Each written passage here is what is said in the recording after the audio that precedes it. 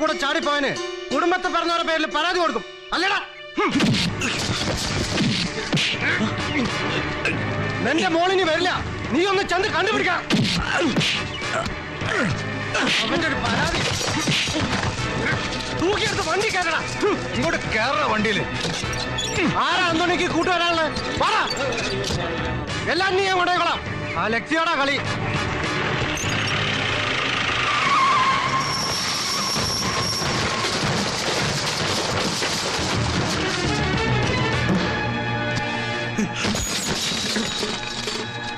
അവൻ ഫോണ് താനിവിടെ ഒരു കടലാസ് കഷ്ണം എഴുതി കൊടുത്തു വെച്ച് അലക്സിയുടെ ഒരു രോമത്തിനെ പോലെ ആരും തൊടുന്നു പേടിച്ചിട്ടല്ല.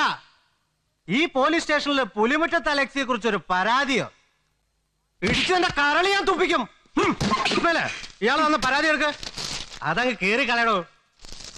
തന്റെ മോള് വീട്ടിൽ താനുമായി പ്രശ്നമുണ്ടാക്കി വീട്ടിൽ നിന്ന് ഇറങ്ങിപ്പോയിന്ന് ഈ കടലാസിൽ വൃത്തിയായിട്ട് എഴുതി കൊടുക്ക്. പിടിക്കണോ പിടിക്കണോ? സാറന്മാരെ, എന്റെ മോളെ ഈ കൊച്ചൻ എന്തോ അപകടപ്പെടുത്തിയതാ.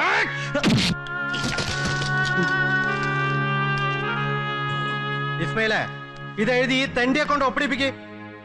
ഉത്തമ, ഈ പറഞ്ഞതൊന്നും എഴുതിയ മോനെ. എന്തേ വയ്യേ? നാട്ടുകാർക്ക് പരാതി എഴുതി കൊടുത്തും വക്കാലത്ത് പറഞ്ഞും തെക്ക് വടക്ക് നടക്കുന്ന നിന്നെ കൊണ്ടും വയ്യേ? ഉത്തമ,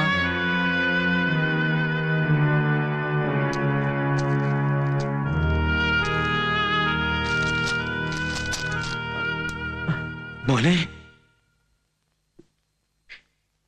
കഷ്ടപ്പെട്ട് അധ്വാനിച്ച് പോറ്റി വളർത്തിയ പൊന്നുമോള. കുഞ്ഞിന്റെ പെറ്റമ്മയെ ഓർത്ത് ഇത് ചെയ്യരുത്.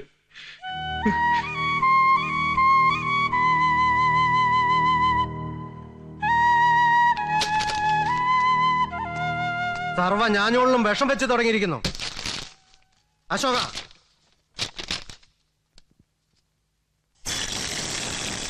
അതിന് പാവപ്പെട്ട പോലീസുകാരെ കുറ്റം പറഞ്ഞിട്ട് കാര്യമില്ലടോ. കാശും കഴിവും രാഷ്ട്രീയ സ്വാധീനവും ഗുണ്ടാ സംഘവും ഒക്കെ ഉള്ളവരല്ലേ ഈ പുലിപക്ഷത്തുകാരെ. കൊച്ചന്തോണി ചേട്ടന്റെ കണ്ണീര് വീണ സത്യം പറയാലോ, കൂട്ടു നിന്നവരൊക്കെ മുടിഞ്ഞു പോകത്തോളൂ വീരാനക്ക.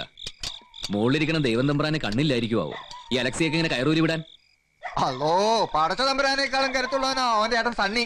അനിയൻ എന്ത് തോന്നിയാസം കാണിച്ചാലും ഏട്ടനത് അന്തസ്സാ. വീരാനെ, അല്ല ദേ കൊച്ചന്തോണി ചേട്ടന്റെ മോളുടെ ശവം പുല്ലൂരാൻ ചോലയിൽ കണ്ടൂന്ന്.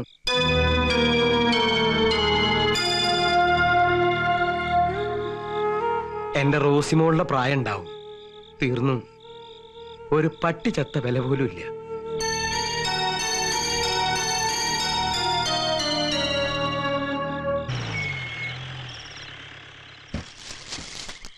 വാ ഇറങ്ങ്. ഈ നശിച്ച മഞ്ചാടിക്കുന്നിന്റെ മണ്ടേന്ന് ഇതൊക്കെ വിറ്റുപെറുക്കി താഴേക്ക് ഇറങ്ങണം. പരസേ ആ വാളിയാ, ഇത് അളിയന്റെയും കൂടി വീടാ. വാ. എന്തേ രണ്ട് മനുഷ്യന്മാരോട് വന്ന് നിൽക്കണത് കണ്ടില്ലാന്നുണ്ടാ? കണ്ടു. ആ കാഴ്ച നല്ലോണം കണ്ണു നിറച്ച് കാണുമായിരുന്നു അമ്മ. ഓ, വല്ലവന്റെയും ജീപ്പ് ഓടിച്ച് അങ്ങാടി കഴിയുന്നൊരു മകന്റെ വരവിന് ഇത്രയും ഭംഗിയൊക്കെ കാണൂ. അവളെന്തേ? രണ്ട് ഗ്ലാസും കുറച്ച് വെള്ളം എടുക്കാൻ പറഞ്ഞു. അവൾ ഉറങ്ങി. അവളങ്ങനെ ഉറങ്ങില്ലല്ലോ. ഓ, ഉറക്കി കാണും താരാട്ടൊക്കെ പാടി അമ്മ. എടി ഗൗരി, ഗൗരി. ഓ, വായിന്നെടുത്താ നുണയെ പറയൂ തള്ളയും മോളും. അനുസരണക്കേടിന് മുടി വളർന്നോളാ നീ. ഒരു ചവിട്ടിയാലുണ്ടല്ലോ. ആ തന്തിയില്ലാത്ത തെണ്ടി ഇന്നൂടെ വന്നു കാണൂലേ.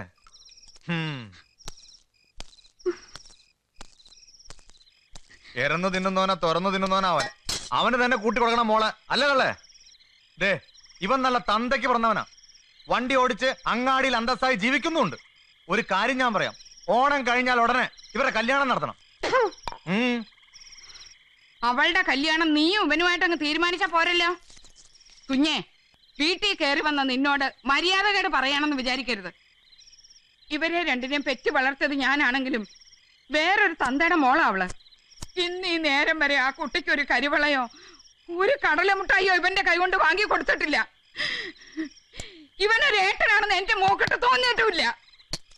കള്ളു കുടിക്കാൻ ഒരു കൂട്ടുകാരനെ കിട്ടാൻ വേണ്ടി പെങ്ങളെ കെട്ടിക്കാനായിട്ട് അവകാശവും ഇല്ല, അധികാരവും ഇല്ല. അതിന് ഞാനും അവളോട്ട് സമ്മതിക്കയില്ല. അശോക, നിന്നെ ഒരു ചുമടാക്കി വയറ്റി തന്നിട്ട് ഈ മഞ്ചാടിക്കുന്ന് ഇറങ്ങിപ്പോയതാ നിന്റെ തന്ത. അവിടെ നിന്ന് അങ്ങോട്ട് ദാ ഈ കൈ കൊണ്ട് കൊത്തിയും കളച്ചും വളർത്തിയതാ നിന്നെ ഞാൻ. പൂക്കൃത്തരും ആണസം കാട്ടിലും ഒക്കെ അങ്ങ് അങ്ങാടിയില്. നല്ല തഴമ്പുള്ള കയ്യായത്. മിണ്ടരുത് ഇവിടുന്ന്. ഒരു പെങ്കൊച്ചുണ്ടാകത്ത്.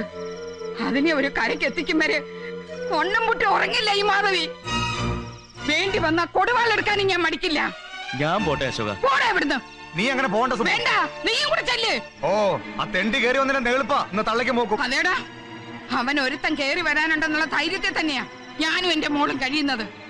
അവൻ പോലീസുകാരോടോ കള്ളന്മാരോടോ ആരോടെ എഴുന്നേറ്റായാലും ഇവിടെ എത്തിച്ചേരുന്ന ഉപ്പും മുളകും അരിയും വേവിച്ച നിനക്കും വിളമ്പി തരുന്നത്. ഉരുട്ടി വിഴുങ്ങാൻ ഓയേ.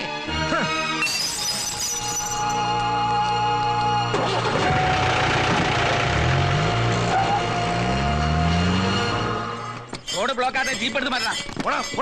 കുറെ നേരം കിടന്ന് ചലിക്കുന്നു. ഈ നാട്ടിൽ ഇങ്ങനെയൊക്കെ തന്നെയാ. ഞാനും കുറെ നാട് കണ്ടതാടാ. സ്റ്റീറിംഗ് പിടിക്കാൻ പോലെ അറിയാത്തവന്മാരൊക്കെ ഡ്രൈവർമാര്.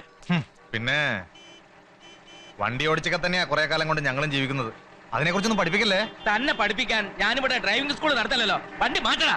എടാ പോടാന്ന് വിളിച്ച ഇവിടുന്ന് വണ്ടി കൊണ്ട് പോകത്തില്ല. കാണാ എന്നാ താനൊന്ന് കാണിക്ക്. ഓഹോ സുബ്രു, എന്നാ ഇതിനെ കുറിച്ചൊരു തീരുമാനം ഉണ്ടായിട്ട് എല്ലാവരും പോയാ മതി.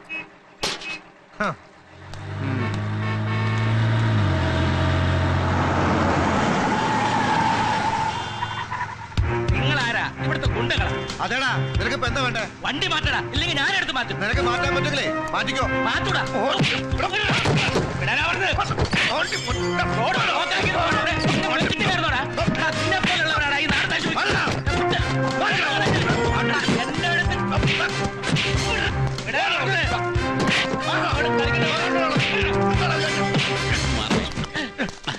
മറ്റുള്ള വാഹനങ്ങൾക്കൊന്നും പോണ്ടേ?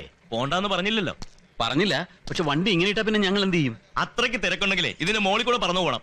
ഓഹോ, അപ്പൊ ഈ നാട്ടിലെല്ലാരും പറന്നാണോ നടക്കാറ്? ചിലപ്പോ പറക്കും, ചിലപ്പോ നീന്തും, ചിലപ്പോ മുട്ടിൽ വിളിയും. അല്ല, നമ്മളാരാണാവോ? ഞാനൊരു വഴിയാത്രക്കാരനാ. പറക്കാനൊന്നും അറിയില്ല. അത്യാവശ്യം നീന്താനും മുട്ടിലഴയാനും അറിയാം. പക്ഷെ ഇപ്പൊ അതിന് ഉദ്ദേശമില്ല.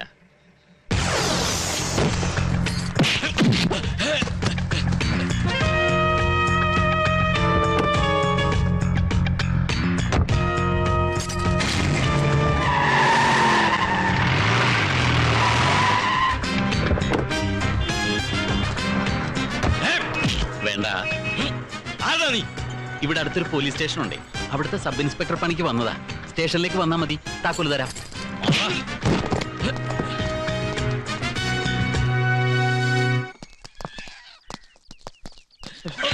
ഇത് കോമ്പൗണ്ടാ. നമുക്ക് ആ ക്വാർട്ടേഴ്സ് ഒക്കെ ഒന്ന് കാണണം. വെള്ളം വെക്കി. നോട്ടീസ് പോടാ. ഓ, കോഴിനെ കോട്ടേഴ്സിൽ കൊണ്ടുകൊടുക്ക്. പിടികിട്ടാ പുള്ളികളാ. നിക്കട അവിടെ. എന്താ? കോട്ടേഴ്സ് അവിടെ അല്ലേ? ആ, ഒറ്റടി ഞാൻ എവിടെ പോയി?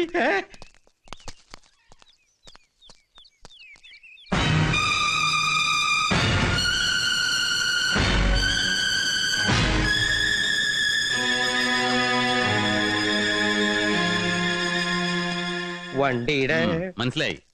ചാവി വേണോ അല്ലേ? പച്ചോ, വാങ്ങാൻ ആള് വരും. ഉടമസ്ഥൻ. വണ്ടിയുടെ മാത്രമല്ല, ഈ നാടിന്റെ. അതിൽ ഈ പോലീസ് സ്റ്റേഷനും പെടും. പോലീസ് സ്റ്റേഷന് ഒരു ഉടമസ്ഥനം. ചെറിയ ചേട്ടാ, ഇത് പ്രൈവറ്റ് പോലീസ് സ്റ്റേഷനാണ്. അത് പിന്നെ ഈ ഓ, മനസ്സിലായി. അപ്പൊ ശരി, ആള് വരട്ടെ. ഒന്ന് പരിചയപ്പെടുകയും ചെയ്യാലോ. ഇതിവിടെ ഇരിക്കട്ടെ.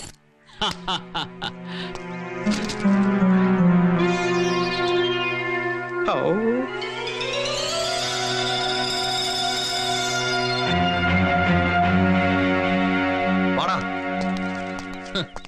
കാലക്കി സാറേ. എന്റെ ദൈവമേ.